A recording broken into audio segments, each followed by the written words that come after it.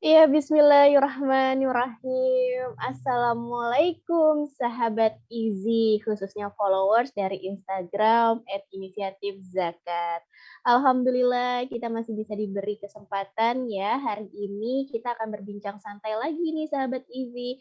Dan kita juga mau menyapa-nyapa lagi sahabat Izi khususnya di Instagram ini. Sahabat Izi, kalau pagi hari Minggu memang kita santai-santai jauh lebih enak ya sahabat Izi. Tapi santai-santai dengan kita mengenyam ilmu manfaat, wah itu jauh lebih berkah insya Allah sahabat Izi. Karena apa namanya, dengan kita santai, tapi kita juga mendapatkan sesuatu yang mungkin baru kita ketahui gitu, atau ada hal-hal yang memang ingin kita ketahui juga. Dan kali ini bincang-bincang santainya kita kembali lagi nih sahabat Izi dengan Fitri. Di sini juga nanti kita bincang-bincang santainya kembali lagi dengan Dr. Oni Sahroni MA. Beliau selaku Dewan Pengawas Syariah Lesses Inisiatif Zakat Indonesia. Dan kalau yang sebelumnya sangat menarik dan banyak juga sahabat Easy yang join, dan sekarang ini juga nggak kalah menariknya tema yang akan kita bahas sahabat Easy tentang bagaimana hukum beli kurbannya sekarang, serah terimanya nanti. Begitu. Karena mungkin ya sahabat Easy, kalau yang kita lihat secara umum, kurban itu kan setelah disembelih lalu didistribusikannya secara langsung di hari itu juga, gitu. Tapi tentunya banyak terobosan dan inovasi baru di tengah pandemi ini untuk berkurban yang kita tetap niatnya tetap berjalan, pahalanya dapat, sasarannya tepat, tapi juga kita bisa memberikan kebahagiaan untuk yang lainnya dengan menjaga PPKM dengan menjaga protokol kesehatan COVID-19. Nah, terobosan-terobosan dan inovasi baru itu juga dijalankan oleh Lesnas Inisiatif Zakat Indonesia di tengah pandemi ini menjawab dengan terobosan baru abon kita kurban easy. Tapi kita ingin tahu ini dari segi syar'inya seperti apa. Nah, karena itu sahabat Izi boleh sambil rebahan santai aja sahabat Izi. Sambil nyemil-nyemil, boleh sahabat Izi. Kita dengerin yuk, kita langsung ngobrol santai ini sama Dr. Oni Sahroni MA yang biasa kita panggil Ustadz Oni. Assalamualaikum Ustadz Oni. Waalaikumsalam warahmatullahi wabarakatuh. Mbak Fitri, sehat ya? Alhamdulillah, insya Allah Ustadz. Semoga Ustadz juga sehat dengan keluarga ya. Infonya mau vaksin Iya, hari ini ya Ustadz ya. iya mohon doanya lah ikhtiar. Iya, bismillah Ustadz. Baik, Ustadz, ini kita kurang lebih berapa ini? 2 hari ya, Stat ya, menjelang tanggal 20 Juli Idul Adha ya, Stat ya. Apa namanya, masih banyak sahabat Izi tentunya tetap semangat untuk raih pahala berkurbannya ini, Stat gitu. Tapi memang yang menarik di tengah kita kondisi pandemi, akhirnya banyak Lasnas, salah satunya inisiatif Zakat Indonesia yang menjawab tantangan tersebut ini Ustadz untuk membuat terobosan baru berkurban dengan mengolah daging hewan kurban itu sendiri gitu.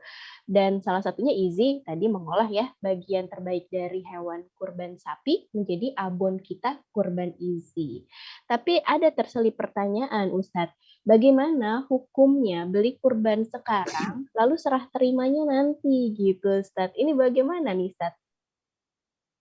Iya, Bismillahirrahmanirrahim. Terima kasih Mbak Fitri dan sahabat-sahabat Izi ya. Jadi biasanya mungkin setiap pengelola kurban atau bahkan pembeli kurban itu kan ingin hewan kurban yang dibeli itu kan murah ya, tapi di sisi lain berkualitas gitu. Berkualitas sesuai dengan amanah pengkurban, tapi juga harganya terjangkau. Nah, ada beragam cara mungkin di lapangan, kreativitas para pengelola agar yang dibeli itu murah tapi juga berkualitas.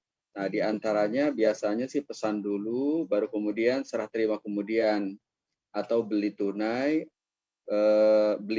baru kemudian titip, atau lainnya. Nah, dari sisi syariah, dari aspek syariah, ini harus dipastikan bahwa transaksi pembelian hewan kurban ini kudu ya harus memenuhi kaidah-kaidah tentang jual beli.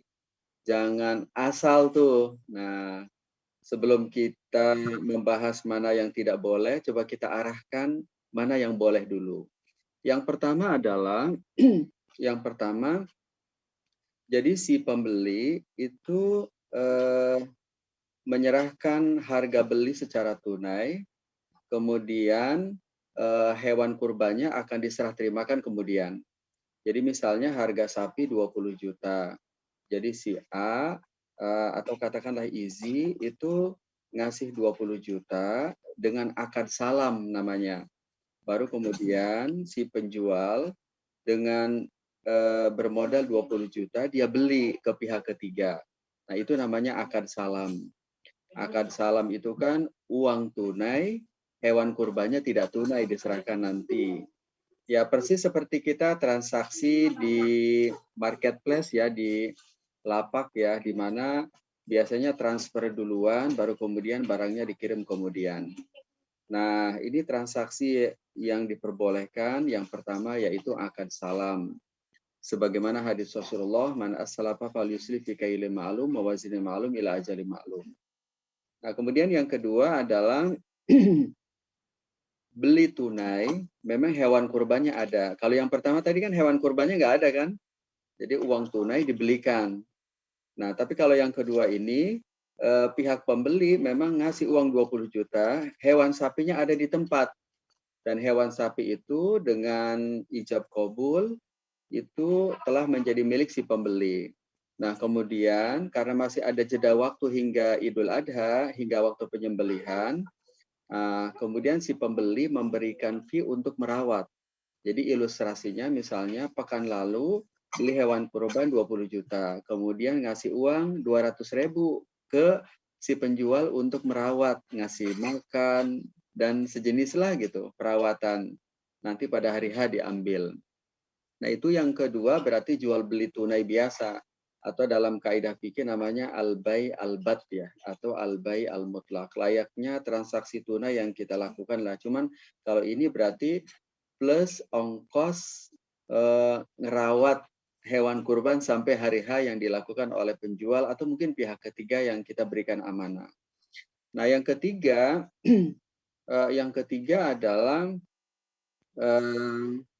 yang ketiga kita pinjam, berarti minta ditalangin ke si penjual.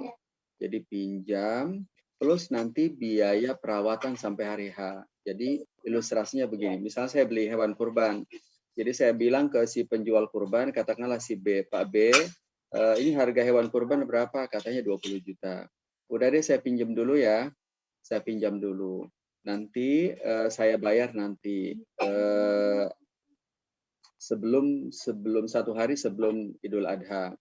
Nah, sambil pada saat yang sama saya minta untuk dirawat. Jadi kalau 20 plus 200 lah gitu. Jadi 20 juta itu memang core-nya Qardul Hasan, yang 200.000 itu biaya perawatan. Nah, itu 3 di antara contoh pesan hewan kurban yang diperbolehkan dalam syariah untuk memenuhi kebutuhan si pembeli untuk mendapatkan hewan kurban yang murah tapi juga berkualitas sesuai dengan tuntunan syariah dan amanah pembeli. Nah, dengan 3 contoh ini kita bisa memberikan contoh-contoh lain yang tidak boleh nih.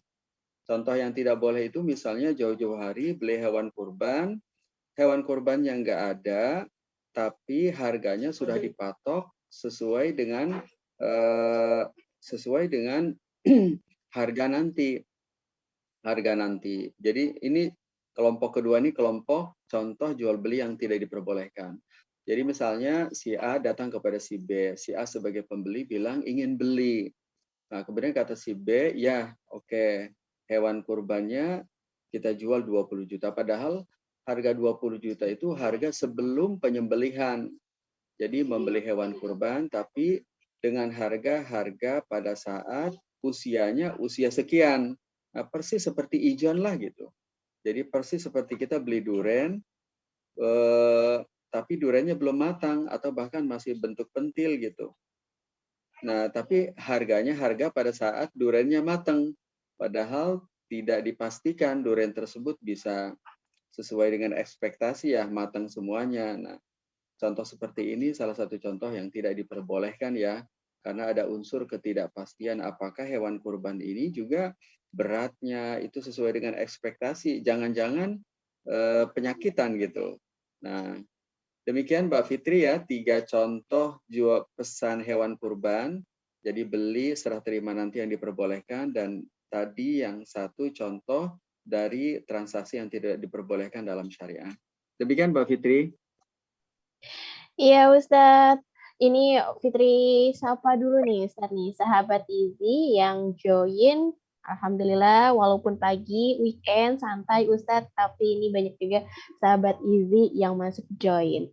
Coba ya, ini Fitri sapa dulu ada dari Fose.Jatim. Assalamualaikum. Lalu juga ada dari Joko_ID.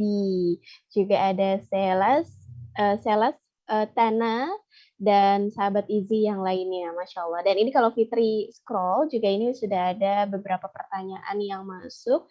Coba dari pertanyaan yang pertama ini Ustaz dari Ibel. Dari Ibel, Ustadz, apa hukum arisan kurban yang kini banyak dilakukan masyarakat, Ustadz? Ya, jadi yang pertama kaidahnya adalah arisan kurban itu boleh selama dengan syarat satu, besaran nominal yang dibayar itu sebesar nominal yang diterima. Mungkin perlu contoh kali ya. Jadi misalnya kita lagi arisan nih, kalau saya dapat gilirannya dapatnya 10 juta, maka nanti di akhir kewajiban total saya harus 10 juta, nggak boleh lebih, nggak boleh kurang juga kalau memang dipersyaratkan. Khawatir ada yang dirugikan ya. Jadi kalau 10 juta ya bayarnya 10 juta, karena arisan itu disimpulkan itu sebenarnya utang piutang dalam bentuk ta'awun lah gitu, saling tolong menolong. Ceritanya ibu-ibu mungkin kalau butuh apa-apa nanti suatu saat terbantu karena gotong royong begini ya. Nah, jadi besaran yang dibayar sesuai dengan besaran yang diterima. Satu. Nah, kemudian yang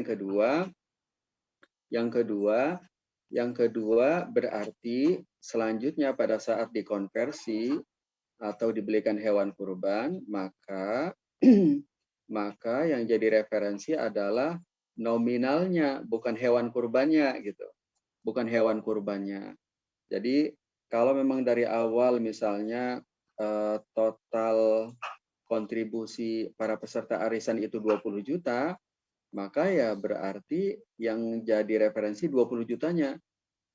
Walaupun pergerakan hewan kurban turun naik nih. Jadi pergerakan kurban turun naik. Jadi jangan sampai ternyata kurban yang sejenis kemarin udah naik, akhirnya dinaikkan jadi 21. Nah, itu kan jadi apa? Jadi ada pertanyaan baru, terus 1 juta dari mana? Siapa yang bertanggung jawab gitu. Nah, itu mungkin jika yang ditanyakan itu arisan berantai ya. Arisan bukan patungan kurban, tapi arisan kurban berantai. Jadi kita catat kembali dua syaratnya. Pertama, yang dibayar sama nominalnya dengan yang diterima. Yang kedua, jika dibelikan hewan kurban, maka yang jadi referensi adalah nominalnya. Nah, jika dua syarat yang saya sampaikan itu sulit untuk diterapkan, mungkin sebenarnya enaknya arisan uang aja. Nanti yang menerima yang belikan kurban. Mungkin itu lebih clear ya. Demikian Mbak Fitri. Iya, baik. Semoga bisa menjawab tadi ya. Lalu ini Fitri sapa kembali. Ada pertanyaan selanjutnya dari akun Jamu Mantep. Wah, ini Jamu Mantep ini, Ustaz. Semoga ini yang usaha Jamu Mantep juga bisa memberikan ini ya, khas cita rasa yang mantap buat menjaga kesehatan. Baik, pertanyaannya dari akun Jamu Mantep ini. Ustadz, bagaimana hukum kurban cashback, Ustadz? Ya, cashback itu tidak masalah ya, tidak apa-apa, dibolehkan menurut syariah selama selama satu ya memenuhi tuntunan syariah terkait dengan amanah pengkurban. Jadi apakah sapi, apakah hewan sesuai dengan kriterianya. Yang kedua, yang kedua cashback itu harus dari penjual ya. Jadi misalnya lembaga zakat bekerja sama dengan marketplace atau pihak tertentu. Jadi sumber cashback itu dari penjual, dari penjual. Nah, yang ketiga, yang ketiga ya kalau cashback itu menyentuh biaya operasional maka diberikan dalam kadar yang lazim. Kan biasanya biaya operasional itu kalau dari sisi fikihnya itu dapat bersumber dari beberapa pos ya. Pos yang pertama adalah dana infak sedekah yang lain, jadi mengambil pos yang lain. Yang kedua, atau si pengkurban selain memberikan dana untuk kurban juga menitipkan uang untuk biaya operasional. Atau yang ketiga, mengambil dari dana pengkurban tetapi dengan kadar yang lazim. Itu mungkin boleh bersyarat ya. Jadi, nah saran saya, karena cashback ini berkaitan dengan amanah pengkurban, apalagi cashback ini diberikan oleh perusahaan mitra, maka sangat terkait dengan komitmen pengelola untuk menunaikan amanah. Menunaikan amanah, apalagi kurbannya dilakukan secara online. Nah, saran saya sih kalau cashback itu hanya dikelola oleh lembaga-lembaga zakat yang memang resmi, profesional, dan amanah gitu. Karena si pengkurban tuh nggak lihat hewan kurbannya, terus nggak tahu juga bagaimana meracik cashback. Nah, jadi sangat terkait dengan kepada siapa ia menitipkan amanah. Nah, saran saya sih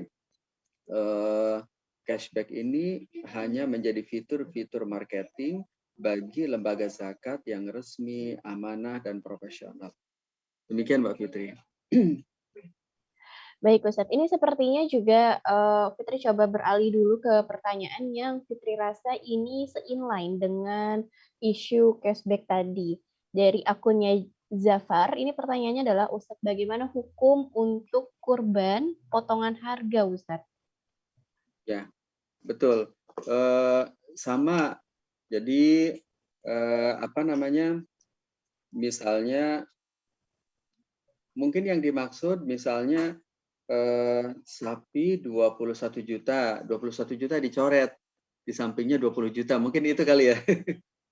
Ya, nggak ada masalah. Berarti nominal yang disepakati antara pengkurban dengan lembaga zakat sebagai penerima amanah atau pihak yang diberikan kuasa untuk membelikan, menyembelih, dan mendistribusikan itu harga yang tidak dicoret setelah potongan, berarti 20. Nah, 20. Dan itu diperbolehkan. Jadi, apa namanya, ibarat kita membeli barang, kemudian bernegosiasi harga. Nah, maka harga saat ijab kabul di perjanjian itulah yang disepakati. Nah, begitu pula si penjual juga boleh tuh memberikan potongan harga juga.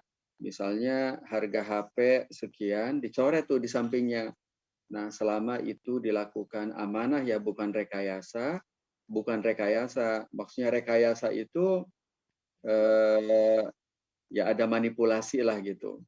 Jadi kita kembali ke pertanyaan, kata kunci jawabannya adalah tidak apa-apa, tidak ada masalah selama yang disepakati itu berarti nominal setelah potongan. Nah, kemudian yang kedua, berarti si pengelola zakat itu berkomitmen ya, pengelola kurban berkomitmen untuk menunaikan amanah pengkurban sesuai dengan harga terakhir dalam ilustrasi tadi 20 juta. Demikian Mbak Fitri. Baik, jadi memang kurban ini seperti memang layaknya akad jual beli sebetulnya ya, Ustadz ya? Betul, betul. Karena misalnya saya dengan Izzy, jadi saya kan menitipkan uang kepada Izzy untuk membelikan. Nah, kemudian Izzy membeli ke pihak ketiga sebagai penjual, maka transaksinya adalah saya membeli pengkurban melalui Izzy. Kira-kira begitu. Melalui Izzy. Baik Ustadz, ini beralih ke pertanyaan yang lain dan sahabat Izi terima kasih ya, ini yang sudah join lalu semakin banyak ini yang join, alhamdulillah terima kasih sahabat Izi, khususnya followers Instagram @inisiatifzakat. Fitri lanjutkan ini yang bertanya dari akun Muza, dari akun Muza, bolehkah daging hewan kurban ini diberikan kepada non-muslim Ustadz? Ya, pertama kalau kita merujuk kepada siapa penerima hewan kurban ini, kan salah satu referensinya adalah hewan kurban ini didistribusikan kepada 3 ya. Yang pertama adalah pengkurban, yang kedua hadiah ya untuk kerabat, yang ketiga sedekah untuk duafa. Nah, kalau kita melihat terminologinya, istilahnya, berarti untuk pengkurban ya pengkurban. Berarti setelah menjadi haknya ya boleh diberikan kepada siapapun, termasuk tetangga non-muslim juga nggak apa-apa. Yang kedua, untuk sedekah. Kalau sedekah kan ya untuk duafa muslimin, untuk fakir miskin muslimin. Nah, yang ketiga, kata-kata hadiah. Kalau hadiah kan sebenarnya tidak mesti muslim ya, boleh kepada non-muslim juga tidak apa-apa.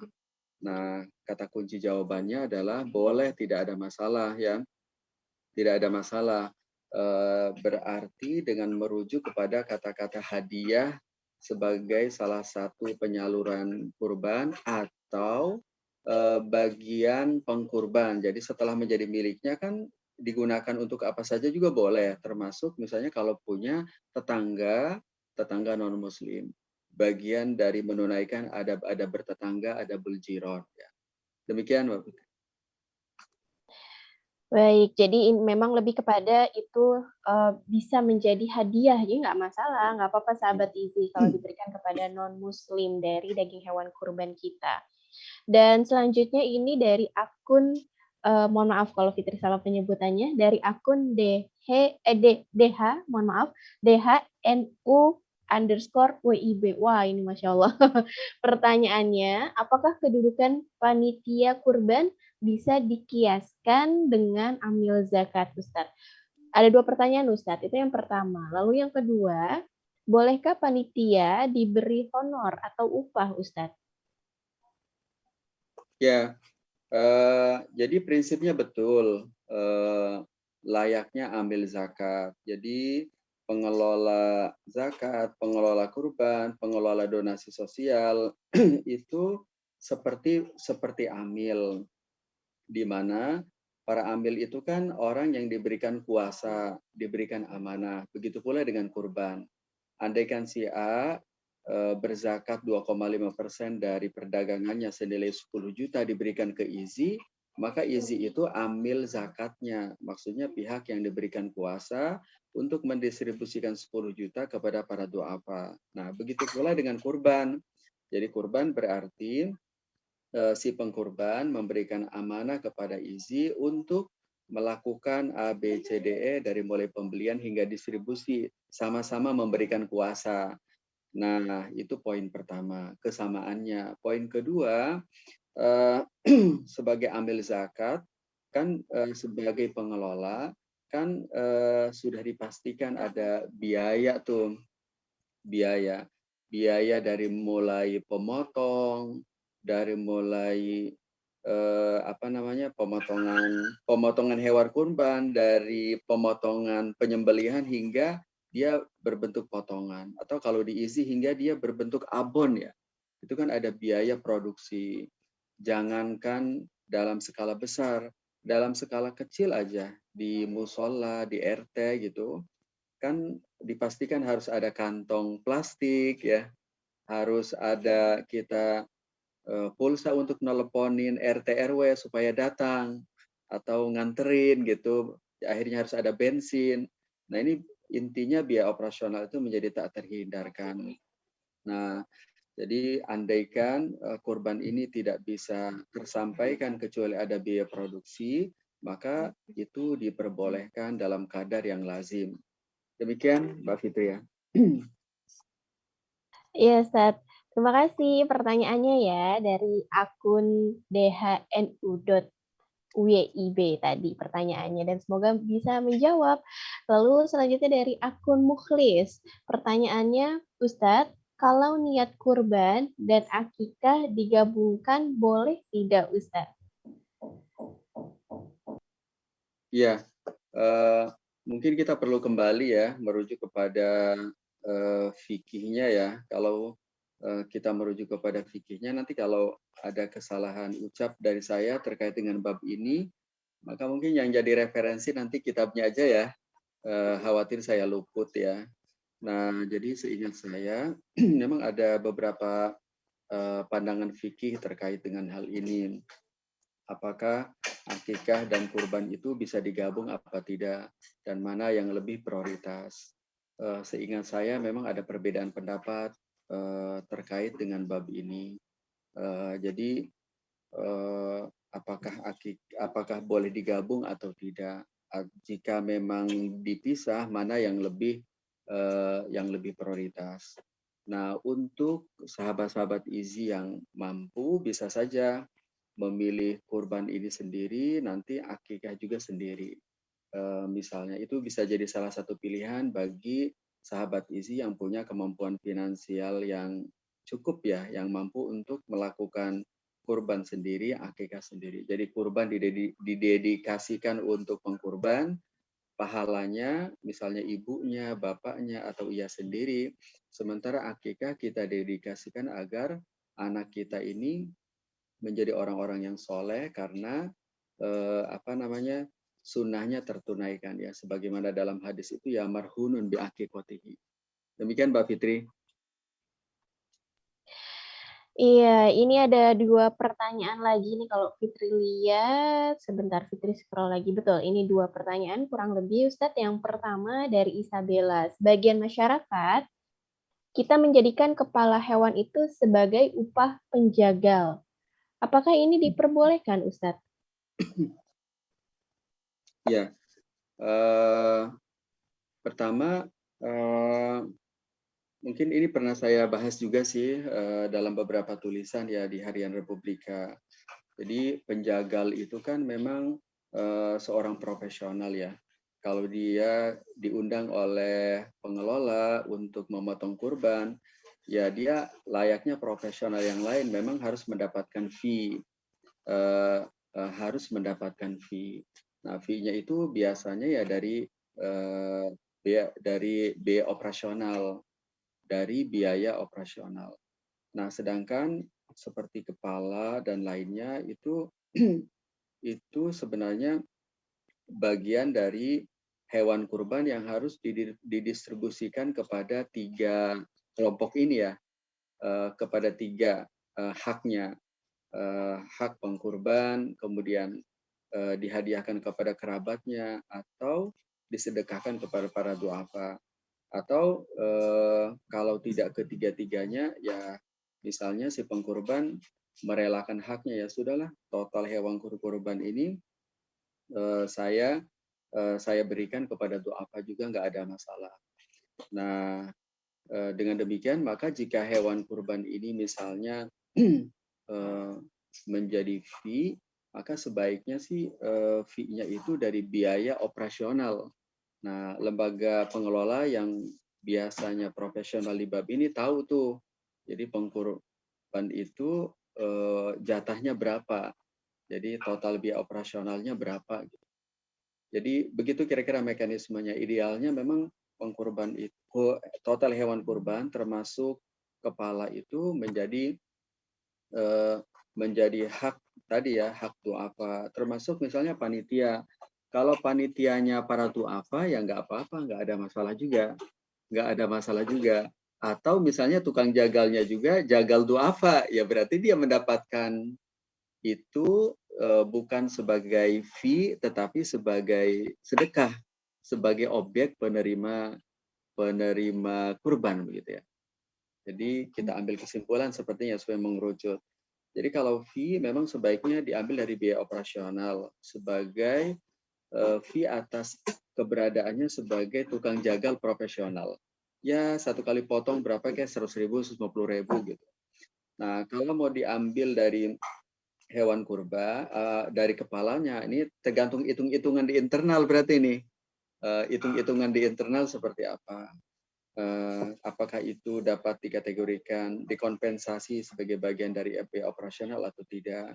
Nah, yang kedua, andaikan si penjagalnya adalah du'afa, sebagaimana banyak terjadi di kampung-kampung, di daerah-daerah ya. Nah, berarti itu bukan sekedar fee, tetapi memang penyaluran hewan kurban salah satunya kepada penjagal yang juga bagian dari du'afa. Demikian Mbak Fitri.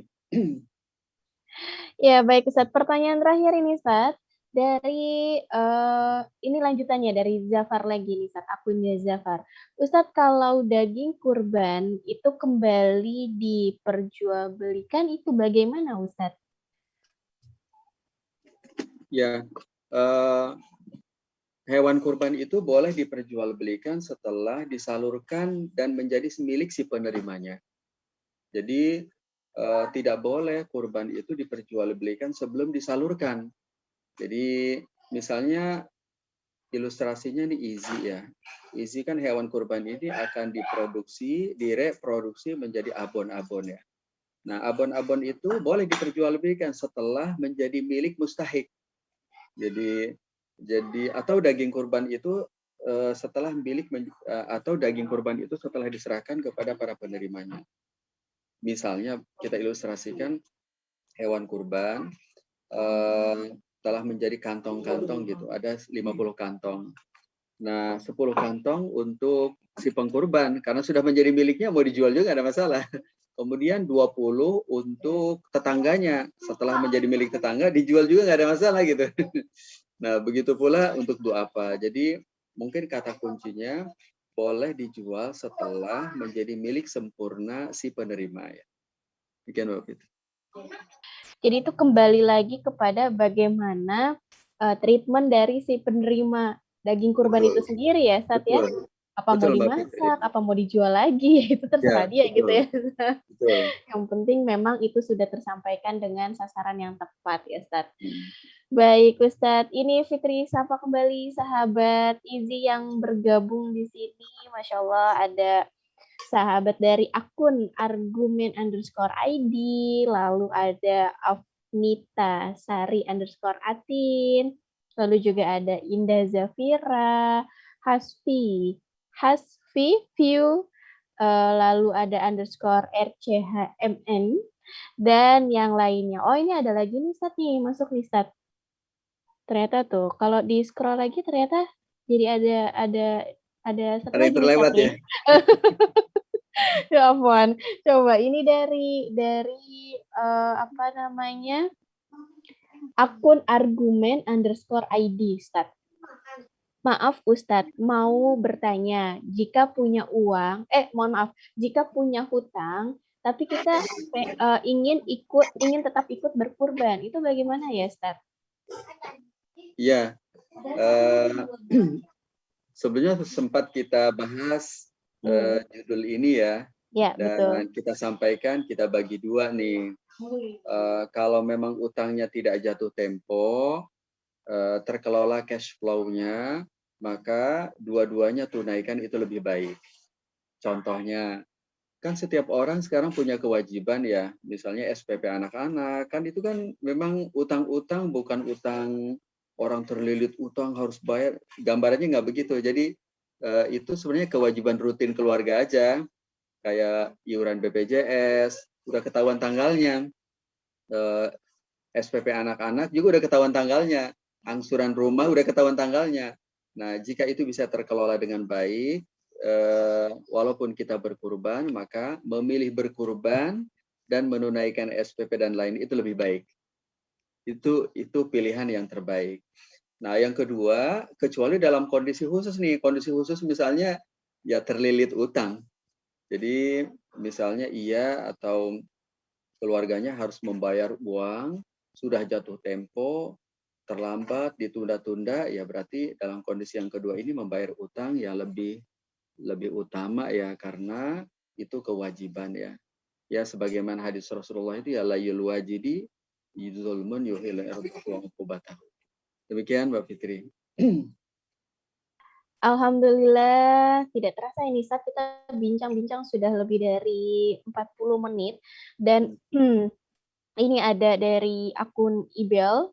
Alhamdulillah, jazakallah khair Ustadz untuk ilmu-ilmunya katanya. Lalu juga ini yang baru bergabung ada dari Adi underscore gitu loh. Lalu juga ada dari underscore Shiva Pilai. Masya Allah. Dan ada juga yang baru bergabung dari Rizwan.Muhammad. Afwan. Masya Allah. Kita harus tetap jaga kesehatan ini sahabat Izi dan Ustaz Tony yang berada di sana. Tapi alhamdulillah sahabat Izi, sekali lagi jazakallah khair Ustaz untuk ilmu-ilmunya hari ini. Dan semoga kita bisa berbincang santai lagi Ustaz ya. Jadi bukan tidak hanya di waktu ini, di program-program event Izi lainnya, itu nanti kita insya Allah ada program Rabu Ilmu, Sabtu Seru, dan Minggu Seru. Di sana jadi sahabat Izi ya, di sini yang join boleh komen ke kami di IG-nya @inisiatif zakat ini, komen atau DM. Silakan, kira-kira ada masukan apa untuk event-event Islami yang ingin didapatkan ilmunya dari Lasnas Inisiatif Zakat Indonesia. Boleh tentang zakat, infak, sedekah, atau mungkin Islamic info yang lainnya. Mau dibincang santai interaksi langsung dengan Ustadz Oni nanti, ataupun dengan Ustadz-Ustadz kami yang ada di Dewan Pengawas Lasnas Inisiatif Zakat Indonesia atau Biro Kepatuhan Syariah Lasnas Inisiatif Zakat Indonesia. Insya Allah Ustadz Tony bersedia untuk membersamai kami ya, Ustadz ya. Siap, insya Allah. Siap. Baik, sekali lagi terima kasih. Jazakallah khair Ustadz Tony. Sama-sama Mbak Fitri, sahabat semuanya. Amin, baik-baik. Ya, Fitri juga ucapkan ini terima kasih banyak buat sahabat Izi yang bergabung hari ini. Dan jangan sampai ketinggalan acara-acara event-event Islami lainnya. Serta sahabat Izi, ini udah berapa hari lagi nih? Udah kurang lebih 2 hari lagi ya kita menuju Idul Adha 1442 Hijriah. Yuk yang mau berkurban, ayo langsung kita ikuti terobosan baru berkurban dengan Lasnas Inisiatif Zakat Indonesia.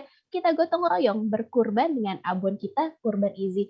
Kenapa sih harus abon kita Kurban Izi, sahabat Izi? Karena memang abon kita Kurban Izi, kita yang berkurban bersama Izi bukan hanya mendapatkan pahala berkurbannya, tapi insya Allah kita juga akan mendapatkan dan memberikan kebahagiaan untuk siapa saja, khususnya untuk peternak sapi setempat, UMKM yang mengelola daging hewan kurban jadi abon kita Kurban Izi, dan lebih utama lagi sahabat Izi, kita memuliakan para penerima manfaatnya. Karena apa? Abon kita Kurban Izi nggak perlu diolah lagi sahabat Izi. Jadi yang mau langsung cek running text di bawah atau bisa dilihat-lihat di Instagramnya @inisiatif zakat Indonesia. Di sana banyak info selengkapnya tentang bagaimana cara mudah berkurban dan kita bisa memuliakan para penerima manfaatnya. Baik sahabat Izi, tetap jaga kesehatan, tetap jaga protokol kesehatan. Kalau nggak perlu keluar rumah, di rumah aja sahabat Izi. Stay safe dan stay at home ya. Kita ketemu lagi nanti ya, santai-santai lagi. Yang mau ada saran event-event Islami lainnya atau mau membahas tentang zakat infak sodako, boleh di-share aja by DM kita atau bisa juga nanti ngeliat di YouTube-nya Inizia TV. Subscribe, like, comment, and share ya. Akhirul kalam, assalamualaikum. Sampai ketemu lagi nanti dengan Fitri ataupun dengan Ustadz Tony. Dah, assalamualaikum.